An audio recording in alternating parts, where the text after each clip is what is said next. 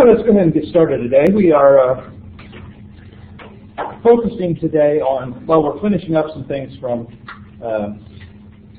last week in the backgrounds, but we are also then going to briefly look at some things related to the first century. And then starting Thursday, Lord willing, we'll get into the second century and the history of Christianity, and we'll certainly be touching on some of that today. I want to remind you that the first primary source essay is due a week from Friday. So not this Friday, but a week from Friday. So keep that in mind. Also, the first set of chapter summaries is going to be due 2 weeks from Friday, so the week after the primary essay. I'm going to be putting up hopefully one today, hopefully one tomorrow or Thursday, examples of what I'm looking for with the summaries, so you can have an idea of what I'm looking for. So I'll make sure to say something Thursday about that in a little bit more detail, but don't forget that that's coming up. We were focusing on talking about various issues related to the practice of Jews and Greeks and Romans as we were finishing up our look at backgrounds, and wanted to just spend a little time talking about the practice of Greeks and Romans. When it comes to Jewish practice, of course, there would have been some similarities, some overlap, some things that Jews carried on into Christianity. Well, we do know, of course, that some Gentiles did struggle with what to carry over, what could be carried over, what had to be left. But then there were also some ways in which the context of the Greek and Roman background provided Christians with some challenges that would continue to plague them throughout the existence of the Roman Empire. So let's look at a couple of things related to practices, particularly religious practices, that Greeks and Romans were involved in. As we noted last Thursday, when it came to ethics and a way of living, people tended to turn to the thought of philosophers rather than to religion. Religion was more about one's duties that were owed to the gods, getting the gods on one side in order to have a good harvest or prosperity in business or protection through childbirth or healing or a wide variety of things. And so when it came to those aspects, getting the gods on your side, maintaining their favor, sacrifices were one of the key ways to do that. And sacrifices to gods were related to all aspects of life. Your trade, whatever trade you were involved in, usually you were devoted to a specific god. There would be a guild for your trade that would be meet in a temple, for example, of a god. And so your trade, your job, often one's household was connected with a deity. So the household worshipped a specific deity. Sacrifices could be public in specific temples or as a part of the civic life of the community, or they could be private, something offered within the privacy of one's home. Sacrifices tended to be animal, sometimes vegetable, although drink offerings could be offered as well. The sacrifices of meat or other types of food usually did not involve the consumption of the entire piece of meat or vegetables or whatever in the fire. Instead, usually a small portion was offered in the fire, and then the rest was to be either given to the priest or perhaps consumed in a ritual meal there at the temple, which is part of what Paul is getting at in 1 Corinthians 8 through 10, when he talks about the issues of eating food sacrificed to idols. It's one thing to eat something that's been offered in the market, because some of this food would be sold in a market that was connected with the temple. It's another thing to sit in a temple and eat the food that's been offered to a god. And so there was an issue for a lot of those early Christians about how do you relate to this food that's been offered to these Greek or Roman deities. The priesthood in the Greek and Roman culture was less formal than the Jewish priesthood. In some situations, anyone might serve as a priest. Usually those that were connected with a temple were specialized priests, but most of those even were not full-time priests. The full-time priest was usually the exception and not the common occurrence.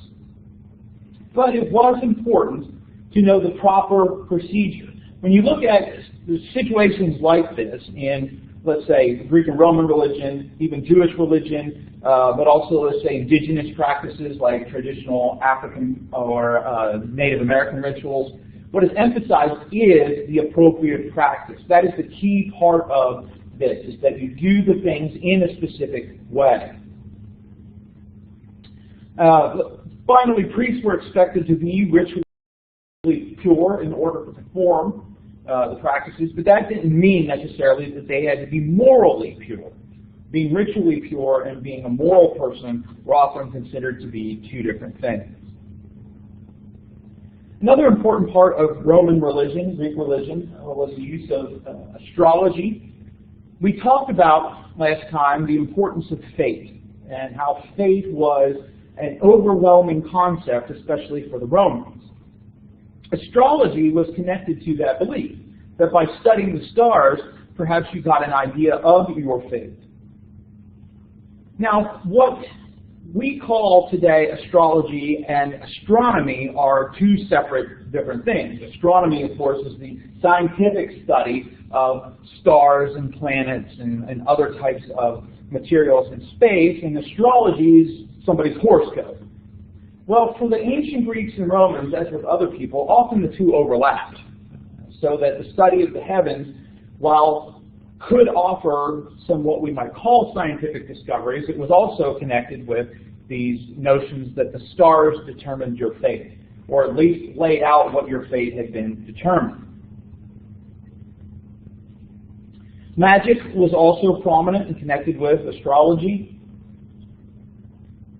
And throughout the centuries, people have turned to magic with this desire to control the supernatural and put it to one's own use. Even Christians sometimes have tried to use magic as another way to connect with the supernatural.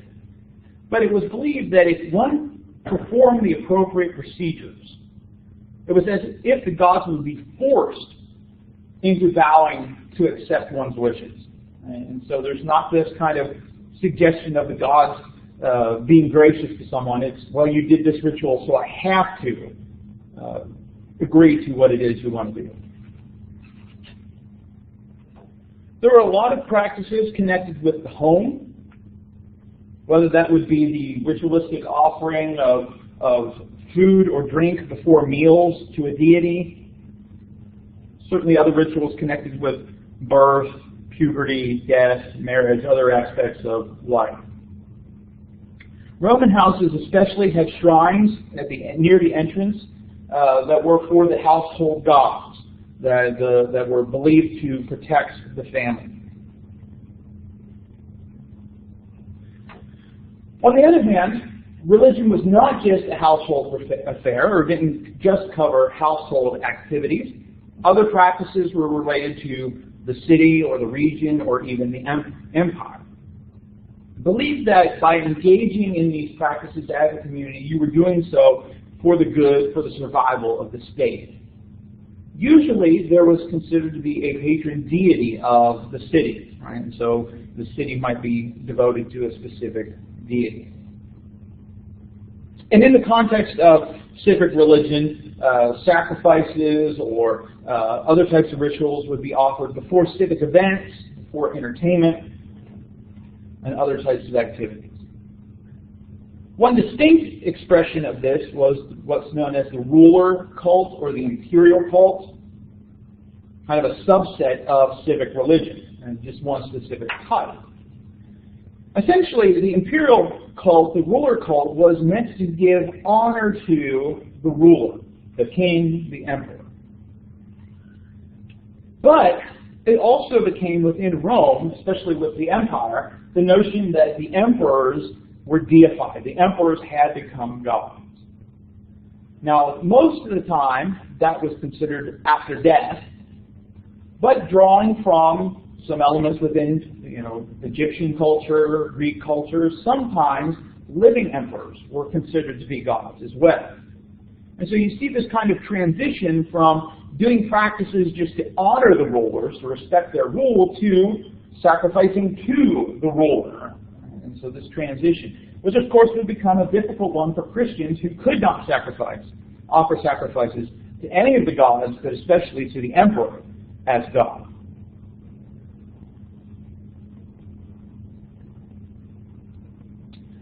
We mentioned that as a product of the spread of Greek culture and philosophy in those early centuries before Jesus, that there was a rise in individualism and thinking of yourself as an individual distinct from society.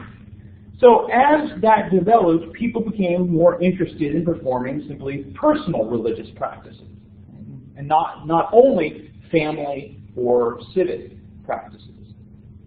Usually these practices were related to the emotional concerns of the individual, right? Despair, fear, hope. People would undertake pilgrimages to an oracle, for example, like the oracle at Delphi, where it was believed that the god Apollo would, through the oracle, reveal one's fate or give one some advice. In addition to that, people might engage in divination to try and determine the future.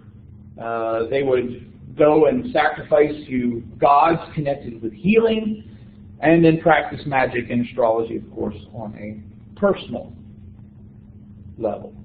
Excuse me. Go ahead. Going back to what you were talking about the rulers, how they advanced from being honored to being treated as gods. How far from basically when the emperors took on a god complex to the fall of the Roman Empire? Well, it kind of depends on the emperor. Once we see the death of Augustus, right, he's deified after his death. But the title Augustus itself also had these connotations of something greater than human. So even as early as that, which is early 1st century. But mostly that's connected with his death. We'll talk about here in a little bit the Emperor Gaius Caligula, who tried to claim to be a god, and that was kind of rejected. So you see even some of this starting in the 1st century. You don't see a lot of it through the 2nd and 3rd of people claiming I am God and I am a god. But even with the ruler Constantine, who people recognize as kind of the first Christian emperor, he is deified on his death. It doesn't seem like it's something he promoted, but pagans considered him to be a god after he died in I think it's 330 is when he dies. There's still going on as we're getting closer to Rome falling, but certainly by the time that most emperors are Christian, that's kind of fallen out of favor, but still, a couple decades before Rome falls.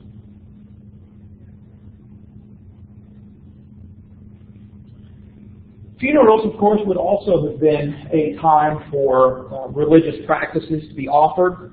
On the day of death, of course, you would be involved in a variety of rituals, cleansing, clothing the body. There was also ritualized mourning. It wasn't just a sadness over the loss of someone. There was also this expectation that the deceased would be mourned in a certain way. It was also important to have a meal connected with the funeral. Usually there would be a meal on the day of the person's death, 9 days later, and birthdays would be another time where you might engage in a meal to remember the deceased. Romans tended to bury only part of a person, or at least a part of the person, even if the rest was cremated. Right? So they practiced both burial and cremation, but in the case of cremation, they at least buried part of that person's body. Gradually, burial of the deceased body increased, right, and cremation kind of decreased.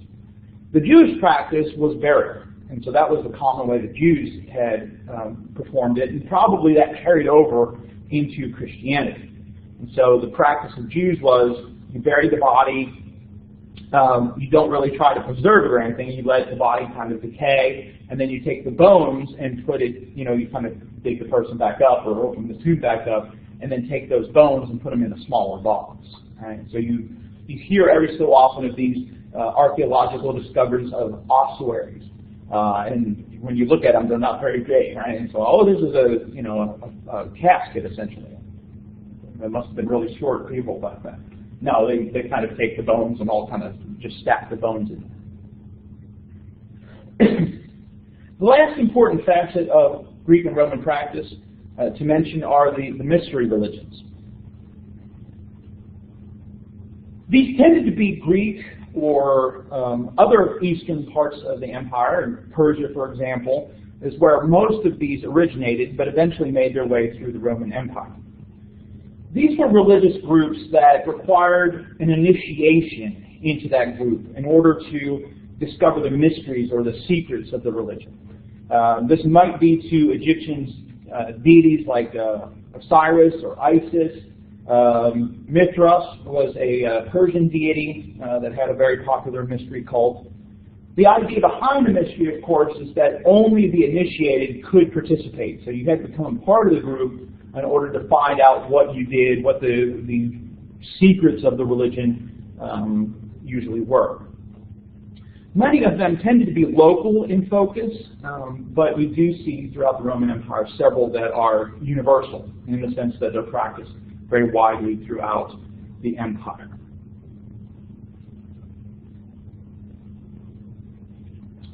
Any questions? Anything we need to clarify or anything that